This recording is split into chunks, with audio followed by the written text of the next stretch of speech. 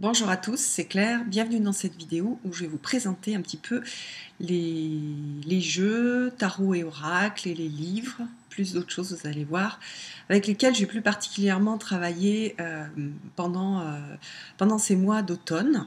Je ferai peut-être une autre vidéo spécifique pour Halloween, donc là j'ai pas mis les jeux d'Halloween. Alors, le premier jeu, c'est le Lumina Tarot. Donc, vous ne serez pas surpris, ça fait plein de fois que vous le voyez. Je travaille beaucoup avec, je travaille bien avec quand je fais des tirages pour d'autres personnes.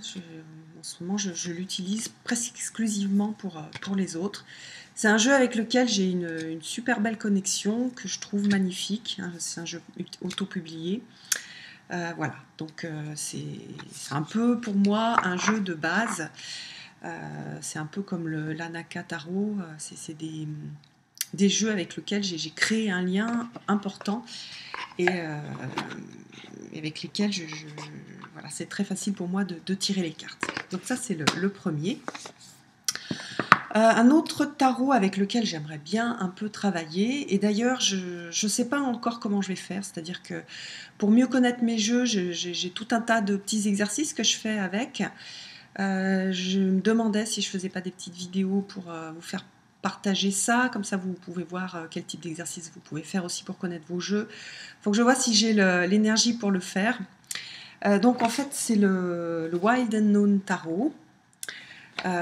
Donc c'est la deuxième édition.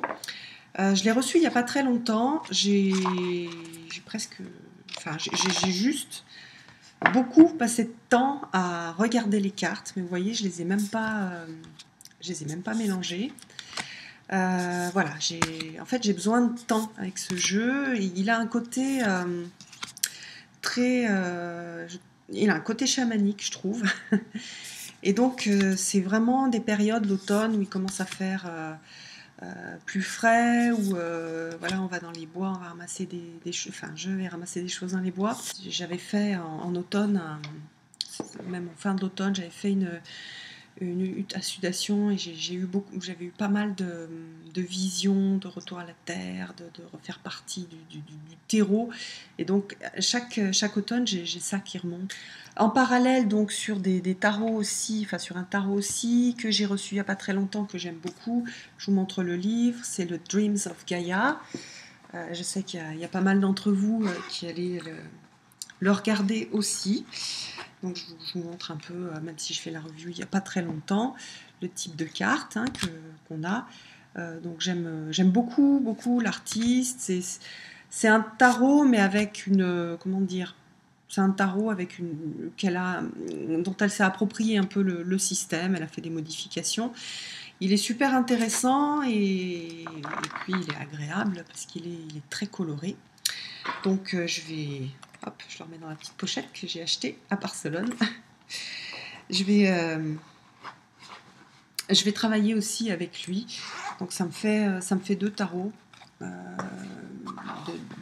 travail vraiment. Donc ça fait déjà pas mal. En parallèle, en fait, j'aurais voulu aussi regarder, mais là je ne sais pas si je vais avoir assez de temps, le Linus Strider. C'est une petite pochette que j'ai faite moi, qui est magnifique. Et là, j'ai pas du tout, j'ai pas pris le temps de travailler avec, de tirer les cartes avec. Donc c'est pareil, celui-là, il faudrait que je refasse mes petits exercices dessus. Donc je sais pas si c'est intelligent ou pas de faire en parallèle le Wild Unknown et celui-là, parce qu'ils sont, même si c'est aussi un peu des tarots minimalistes, ils ont quand même une énergie qui est extrêmement différente. Voilà, donc celui-là, j'ai vraiment pas fait grand-chose. J'ai fait quelques tirages, mais pas grand-chose. J'aimerais bien prendre le temps de plus comment dire, me connecter à lui. Hop, je refais le petit nœud. Voilà. Mais bon, il est moins dans l'énergie de l'automne, donc voilà. Après, un autre jeu qui est vraiment un jeu de cœur pour moi, Je l'utilise tous les jours. Il y a toujours une carte sur ma table de nuit. C'est vraiment un jeu qui me touche beaucoup. Et les œuvres sont de Suzanne Sédon-Boulet. Elle a vraiment un vrai talent. Je vais continuer à travailler avec. En tout cas, il va continuer à m'accompagner. Alors après, un autre. Celui-là, c'est pareil. Il est toujours pas bien loin de moi. Je l'aime bien parce qu'il est, c'est pareil, il n'est pas chamanique, hein, mais il est beaucoup en lien et en... Comment dire? C'est un jeu de retour aux choses simples, d'apprentissage, enfin pas d'apprentissage, mais il a un côté enfant, voilà, donc retrouver donc l'enfant intérieur et aussi le lien que les enfants peuvent avoir avec la nature, avec les choses simples. Et il est très riche, il y a des petites histoires dessus, voilà, je l'adore. Donc celui-là, je vais vraiment continuer à bosser avec. Et je pense que c'est un jeu qui va m'accompagner longtemps, vous allez voir souvent. Alors après, j'ai fait un tirage il n'y a pas très longtemps. Et donc quand je fais des tirages, je cherche intuitivement le jeu qui va me parler, qui va parler plutôt à la personne correctement. Et c'était le tarot d'Alice. Et ce tarot d'Alice, donc il est remonté un peu à la surface. Ça fait longtemps que je ne l'ai pas utilisé. C'est un jeu que j'ai beaucoup regardé et utilisé.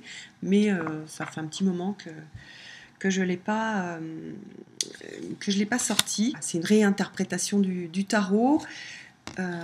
Mais d'abord, il est très beau au niveau de la matière. Voilà, c'est un jeu autopublié de Baba Studio. Et il a quelque chose sur l'enfance. Et donc, je sais que là, j'ai besoin en fait de retourner à ce tarot. Je vais aussi recevoir les jeux de Nicolas Ceccoli.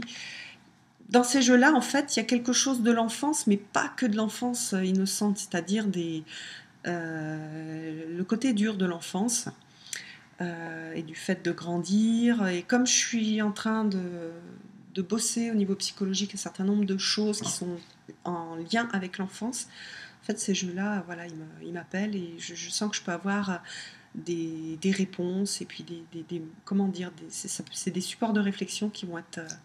j'espère, très productif. Donc, c'est le The Alice Tarot. C'est pas très structuré, mais bon. Alors, après, toujours dans le cadre du travail que je fais, travail psychologique, je suis en train d'étudier un livre super intéressant que je vous présenterai quand j'aurai fini de bien l'étudier, puis que je l'aurai aussi... comment dire, je veux essayer un certain nombre de choses, donc c'est pour travailler avec les sous-personnalités. Je ne sais pas encore quel jeu, parce que je veux l'associer en fait à un jeu, donc je ne sais pas encore avec quel jeu je vais l'associer. Si j'utilise Féminitude, si j'utilise un jeu avec des déesses, je ne sais pas encore. Donc voilà, ça c'est aussi un travail que je suis en train de faire, que j'ai vraiment envie voilà, j'ai vraiment envie d'aller jusqu'au bout, et puis c'est une super ressource, vraiment un super bouquin, donc ça c'est aussi quelque chose que je vais faire, enfin que je suis déjà en train de faire. Voilà. Après, dans cette optique, enfin dans ce besoin de revenir à des choses très ancrées, je vais donc, comme j'ai dit, retravailler un peu en méditation avec les animaux totems. Et j'hésite à donc soit commencer donc, tout le voyage chamanique avec les méditations de l'animal pouvoir, qui a été donc réalisé par Nikki Scully, qui est aussi celle qui a fait Shamanic Mysteries of Egypt. Donc j'hésite, je ne peux pas faire les deux, j'hésite à refaire les méditations de ce livre-là, de me reconnecter aux divinités égyptiennes ou à faire les méditations de l'animal pouvoir que je n'ai pas encore fait. Et puis, dernière chose, là j'ai commencé aussi, je vais retravailler sur les runes. Alors, j'ai reçu pas mal de ressources sur les runes. J'ai ressorti ma petite boîte avec les runes que je me suis faites. Oups. Hop. Donc voilà, des runes, je vous les montre. Donc oui, je me suis fait plusieurs jeux de runes dans du bois que j'ai gravé. En fait, les runes, c'est quelque chose que je travaille depuis pas beaucoup moins longtemps que le tarot. Donc,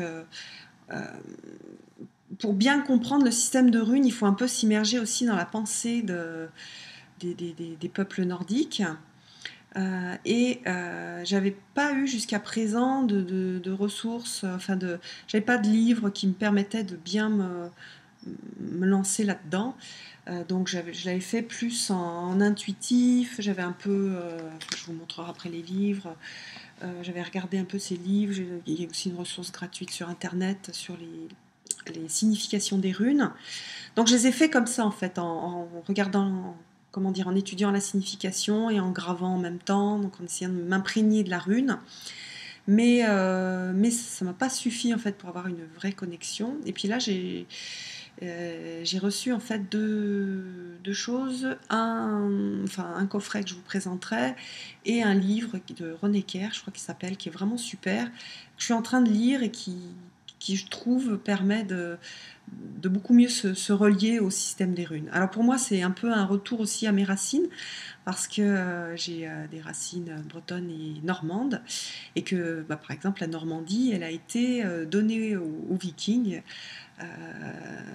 il y a bien longtemps, donc il y a eu pas mal de mélanges et puis de sang viking en Normandie. Donc voilà, je sens un peu cet héritage en moi et j'ai envie d'aller l'explorer.